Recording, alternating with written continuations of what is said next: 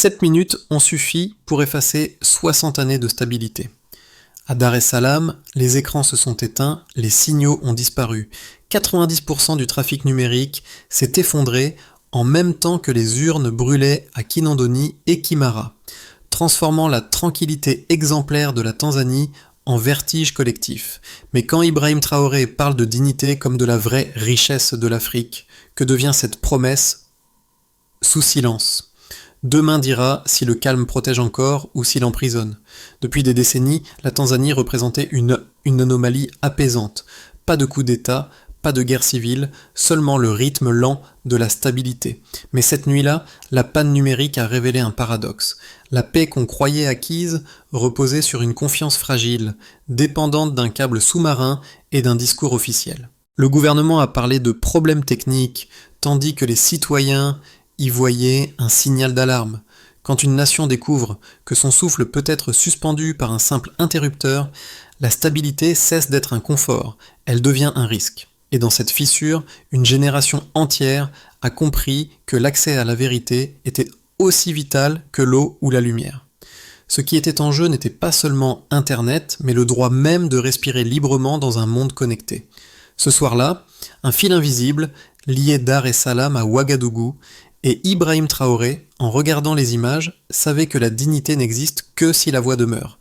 Tout a commencé par un chiffre brut, une chute de 90% du trafic internet, enregistrée par NetBlocks à 23h17 précise. En 7 minutes, la Tanzanie, jadis présentée comme le cœur stable de l'Afrique de l'Est, s'est retrouvée déconnectée du monde. La panne a suffi à faire vaciller 60 ans de confiance. Les militaires occupaient les rues, les journaux parlaient de vandalisme isolé, mais les habitants savaient que quelque chose avait changé. L'élection censée renouveler la foi du peuple avait, au contraire, consumé l'illusion de contrôle. À l'université de Dar es Salaam, une étudiante de 22 ans, Aïcha, tenta d'envoyer un dernier message. « S'ils font taire le net, nous parlerons dans la rue ». En quelques heures, cette phrase devint un symbole. Des cortèges se formèrent à l'aube, des taxis klaxonnèrent en rythme, des vendeurs frappèrent des casseroles, et la ville découvrit qu'elle pouvait encore se faire entendre sans réseau. Ce mini-réveil collectif montrait ce que les statistiques ne peuvent pas mesurer, la fragilité d'un État qui confondait silence et stabilité.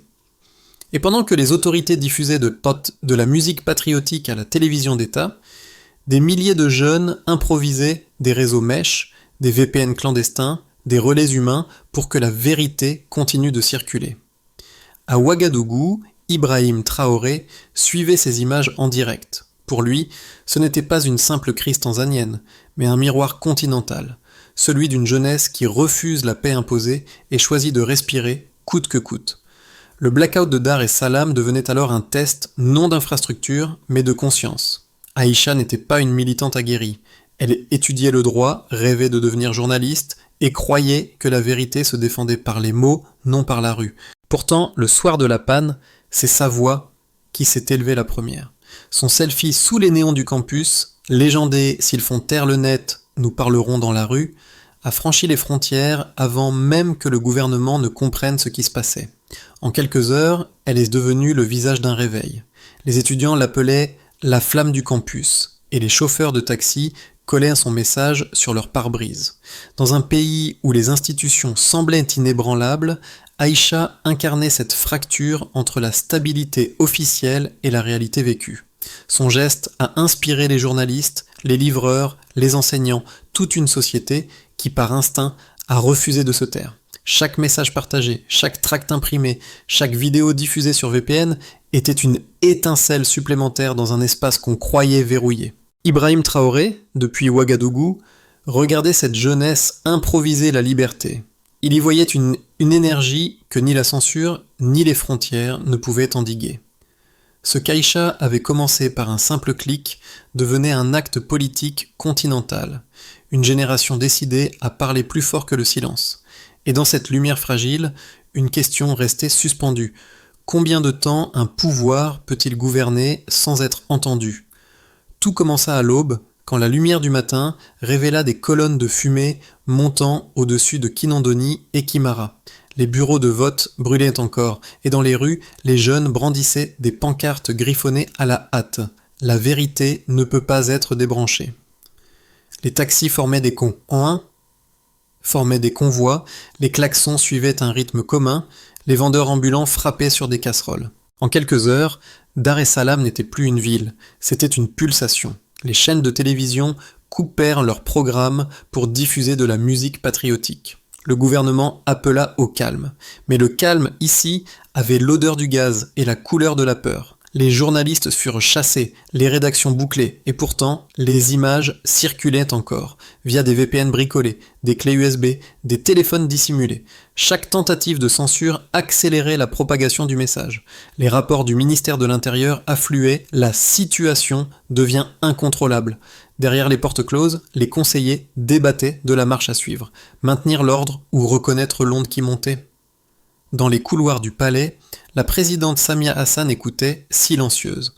Devant elle, un écran répétait en boucle les images d'enfants saluant un drapeau. Un contraste cruel avec les flammes qui dévoraient encore les urnes à l'extérieur. Pendant ce temps, les citoyens inventaient leur propre réseau. Les étudiants créèrent des cartes de communication hors ligne. Les chauffeurs de taxi devinrent messagers. Les maires collèrent des tracts dans les paniers de marché. Ce qui n'était qu'une panne devenait une pédagogie de la liberté. À Ouagadougou, Ibrahim Traoré observait ces images sur un écran fissuré. Il y voyait moins une crise qu'un miroir. Un peuple apprenant à respirer sans permission. La dignité et la richesse de l'Afrique, avait-il répété. Cette nuit-là, la phrase prenait vie à des milliers de kilomètres, traduite en swahili par des voix qu'on voulait faire taire. Le pic de la crise fut atteint quand le porte-parole de la présidence déclara que la stabilité est restaurée, alors même que les rues vibraient encore du bruit des casseroles et des pas. Quelques heures plus tard, une nouvelle panne coupa brièvement la télévision nationale. Cette fois, personne n'y crut. Quand le silence revint, il ne rassura plus personne. Il annonçait autre chose, la résonance. Les réseaux clandestins continuaient à partager, les chansons circulaient, les mots devenaient symboles. Et dans cette onde lente, une idée s'enracina. On peut éteindre les écrans, mais pas la mémoire. Selon les registres de NetBlocks, le trafic numérique de la Tanzanie s'est effondré de 90% pendant 7 minutes. 7 minutes. Un battement de cœur à l'échelle d'un pays, assez court pour être nié, assez long pour être gravé dans la mémoire collective.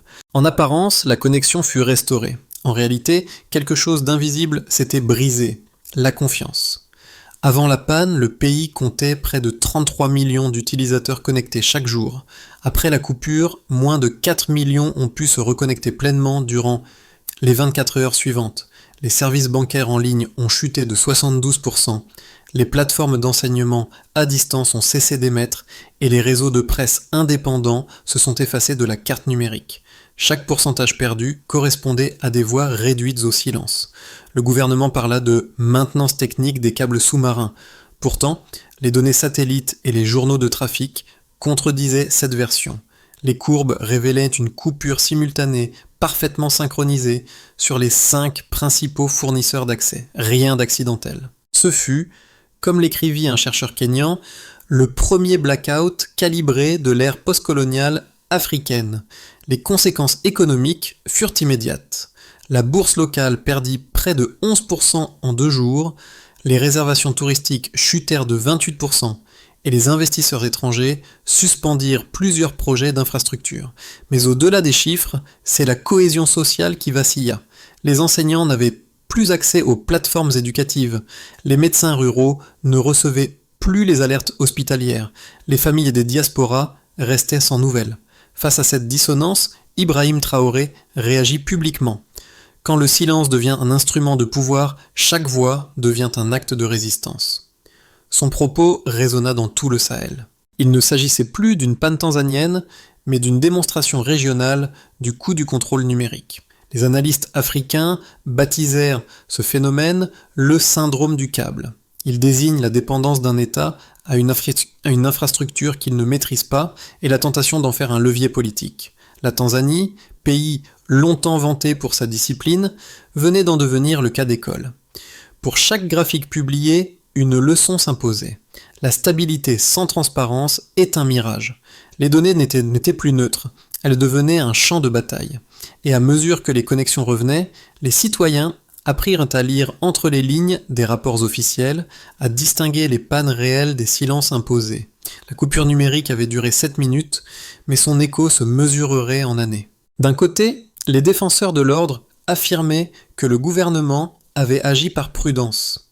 Ils invoquaient la menace d'une ingérence étrangère, les cyberattaques supposées et le devoir de préserver la stabilité nationale. Un État responsable doit parfois choisir le silence pour éviter le chaos, déclara un ministre de la Sécurité. Selon eux, la coupure avait empêché la désinformation de se propager. Mais en face, les opposants rappelaient qu'aucun pays ne peut prétendre protéger sa population en la privant de sa voix. Les juristes du collectif UAZ, UASI, Transparence, mirent en avant l'article 18 de la Constitution garantissant la liberté d'expression. Les journalistes réfugiés à Nairobi publièrent les journaux d'accès prouvant la coordination interne du blackout. Pour eux, la panne n'était pas une mesure de sécurité, mais une censure méthodique. Entre ces deux récits, la jeunesse se forgea sa propre vérité. Elle constata que la stabilité vantée, pendant des décennies, n'avait pas empêché la peur, mais seulement appris à la dissimuler. Les étudiants créèrent des réseaux mèches hors ligne. Les avocats rédigèrent des pétitions sous pseudonyme et les artistes peignirent sur les murs des slogans cryptés « Kimia Sio Amani ». Le silence n'est pas la paix. Ibrahim Traoré, interrogé à Ouagadougou, résuma ce dilemme en une phrase. L'Afrique n'a pas besoin d'ordre imposé, mais d'un ordre entendu. Son propos ne cherchait pas à opposer, mais à comprendre. Le silence des uns pouvait-il vraiment protéger les autres ? Cette question, reprise dans plusieurs universités du continent, devint le cœur du débat africain sur la souveraineté numérique. Où s'arrête la sécurité ? Où commence la liberté ? Et pour la première fois, ce débat ne venait pas des chancelleries, mais des campus, des marchés, des radios communautaires. Le pouvoir, lui, découvrit qu'on peut couper un signal, mais non une idée. Le pouvoir ne panique jamais en plein jour. Cette phrase, prononcée par un conseiller anonyme et diffusée sur un fil crypté, marqua le point de bascule. Car cette fois, la peur changeait de camp. Tandis que les autorités répétaient leur communiqué rassurant, la rumeur d'une répression secrète s'étendait. Rédactions fouillées, cartes de presse suspendues, professeurs interrogés. Le calme devenait une façade. Dans son bureau de Ouagadougou, Ibrahim Traoré suivait l'écran d'un portable où s'affichaient les visages d'Aïcha et de ses camarades. Il y vit moins une révolte qu'un enseignement. On peut réduire au silence une voix, mais pas un écho. Cette jeunesse, sans leader ni parti, parlait la langue universelle de la dignité. Elle fit l'inverse. Le mot UAZ, transparence, commença à fleurir sur les murs, dans les chansons, sur les bracelets d'écoliers. Ce n'était plus un slogan, mais une respiration collective. Les jours qui suivirent le blackout virent la Tanzanie se redéfinir sans le savoir. Le gouvernement annonça le retour au calme, mais ce calme ressemblait à une convalescence. Sous la surface, 4 forces agissaient, 4 visages d'une même mutation. Les entreprises, paralysées par la coupure, découvrirent leur vulnérabilité. Les usines reprirent lentement, mais les employés continuaient d'échanger des informations via des clés USB. Les radios d'usine diffusaient désormais des bulletins codés, et dans les taxis, les chauffeurs parlaient de « la panne » comme d'un serment silencieux. La productivité baissa, mais la solidarité monta. Chaque message circulait comme un acte de confiance. Les écoles et universités, privées de leur plateforme numérique, se transformèrent en forums physiques. Les étudiants organisaient des assemblées improvisées, rédigeaient à la main des résumés d'articles censurés, les partageant de campus en campus. Aïcha, désormais clandestine, devenait un nom que l'on murmurait comme un symbole. Dans chaque cours, une pancarte revenait. Kimia Sio Amani. Le silence n'est pas la paix. Les marchés chutèrent de 11%, le shilling perdit sa valeur, les investisseurs suspendirent des projets. L'Union africaine parla de dialogue nécessaire. L'Union européenne surveillait la situation. Mais à Ouagadougou, Ibrahim Traoré prit la parole. Ce n'est pas une crise isolée, c'est une mémoire qui s'éveille. Ces mots franchirent les frontières plus vite que les câbles. En quelques heures, les réseaux sociaux du Sahel et de l'Afrique de l'Est vibraient du même hashtag Buaz. Les artistes peignirent des fresques d'Aïcha tenant un téléphone comme une torche. Les musiciens créèrent des chansons en swahili et en mouré autour d'un refrain commun. Vous pouvez briser les câbles, pas la vérité. Les avocats en exil ouvrirent un site, uasi.org, où les témoignages s'accumulaient, non comme des plaintes, mais comme des preuves. Et plus la Tanzanie tentait de restaurer son image, plus sa jeunesse imposait la sienne, celle d'un pays qui respirait à nouveau. Le monde, habitué à louer la stabilité africaine, découvrait un autre mot, plus exigeant, dignité. Et ce mot, porté par les voix d'Aïcha et d'Ibrahim Traoré, ne se traduisait plus, il se vivait. La Tanzanie se trouvait à un carrefour et 3 routes se dessinaient devant elle, chacune dictée non par la technologie, mais par le courage collectif. Les coupures deviennent ponctuelles, justifiées par la sécurité nationale. L'économie se stabilise peu à peu, mais la société entre dans une ère de méfiance permanente. Les médias apprennent à s'autocensurer, les étudiants à se taire en public. Le pays conserve son apparence d'ordre, mais sa respiration reste courte. Sous la pression régionale, le gouvernement engage un dialogue limité avec les universités et la société civile. De nouvelles garanties sont négociées sur la transparence des réseaux. Les plateformes locales renaissent sous licence publique. Dans ce scénario, la dignité devient un compromis. On parle, mais avec précaution. Pourtant, chaque mot prononcé rallume une mèche sous la cendre.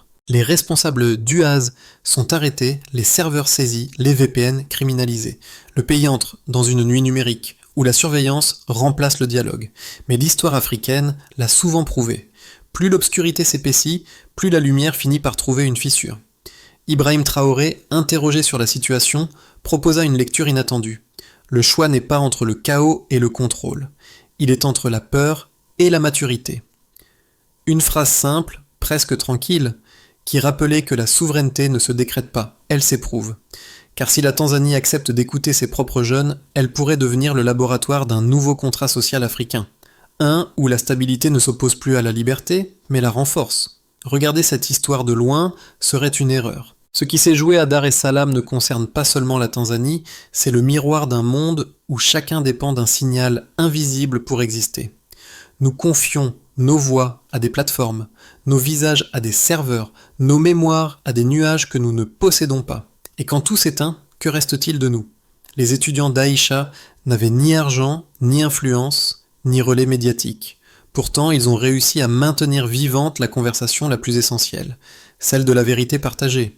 Ils ont prouvé qu'à défaut de connexion, il reste la solidarité. Le courage d'un seul clic peut devenir la parole de milliers. Dans les rues de Ouagadougou, Ibrahim Traoré le rappela. L'Afrique ne manque pas de voix, elle manque d'écoute. Cette phrase ne s'adressait pas qu'au gouvernement, mais aussi à chacun de nous, spectateurs, lecteurs, citoyens connectés. Nous croyons être à l'abri derrière nos écrans, mais chaque blackout, chaque suspension de réseau nous rappelle la même leçon. La liberté numérique n'est pas un luxe, c'est un muscle collectif. Et ce muscle, s'il n'est pas exercé, s'atrophie. Alors, que ferions-nous, nous, si le signal s'éteignait demain ? La crise tanzanienne a révélé les failles, mais aussi les pistes de guérison. Si la dignité est une richesse, encore faut-il savoir la cultiver.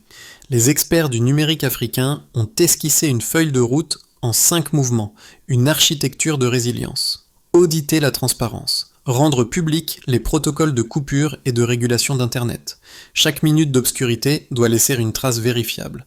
La lumière commence par la preuve. Éduquer à la souveraineté numérique. Former les étudiants et les citoyens à comprendre comment circulent les données, qui les contrôle et comment les défendre. Ce n'est pas un luxe technique, mais une hygiène civique. Mutualiser les infrastructures régionales, créer des réseaux africains interconnectés pour réduire la dépendance aux câbles étrangers, l'Afrique doit devenir non seulement consommatrice, mais architecte de son propre web. Protéger les lanceurs d'alerte.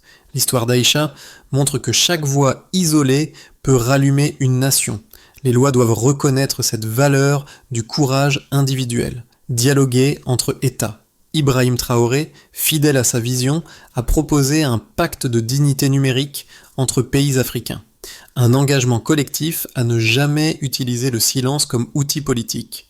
Ces 5 pas ne garantissent pas la perfection, mais un cap. Car la liberté ne se décrète pas. Elle se maintient, lien après lien, fibre après fibre. Au pied des marches de l'université, quelqu'un alluma une bougie. Pas de pancarte, pas de cris, juste une flamme tremblante qui refusait de mourir. Les passants s'arrêtèrent, puis repartirent, mais l'image, elle, resta. En quelques heures, la photo fit le tour du continent, une lumière fragile défiant la nuit. À Ouagadougou, Ibrahim Traoré vit ce cliché sur l'écran d'un conseiller. Il ne dit rien d'abord, puis murmura « La dignité ne s'éteint jamais, elle attend l'air ». Dans ce silence respectueux, chacun comprit que cette flamme n'appartenait plus à une ville, mais à toute une génération. Aïcha, cachée quelque part, écrivit un message bref. « Ils ont pris nos rues, pas notre vérité ». Ces mots résonnèrent dans les écoles, les radios et les marchés d'Afrique de l'Est. Le symbole n'était plus une protestation, mais une mémoire vivante, la preuve qu'on peut survivre à la censure sans cesser d'espérer. Et dans cette lumière vacillante, le continent semblait respirer à nouveau. Chaque génération hérite d'un silence et choisit ce qu'elle en fera. En Tanzanie, ce silence a été brisé non par la violence, mais par la persistance. De Dar es Salaam à Ouagadougou, un même souffle parcourt le continent. Celui d'une jeunesse qui refuse d'attendre la permission pour être libre. Les mots d'Ibrahim Traoré résonnent encore. La justice n'est pas occidentale, elle est africaine. Cette phrase, d'abord politique, est devenue intime, une promesse entre ceux qui parlent et ceux qui écoutent. Car l'Afrique ne manque pas de voix, elle cherche encore son écho. Alors, à ceux qui regardent cette histoire, la question demeure, que ferons-nous, nous, face au prochain écran noir ? Resterons-nous spectateurs d'un monde qui s'éteint ou deviendrons-nous les porteurs de lumière ? Et peut-être que chaque mot partagé aujourd'hui est déjà une étincelle.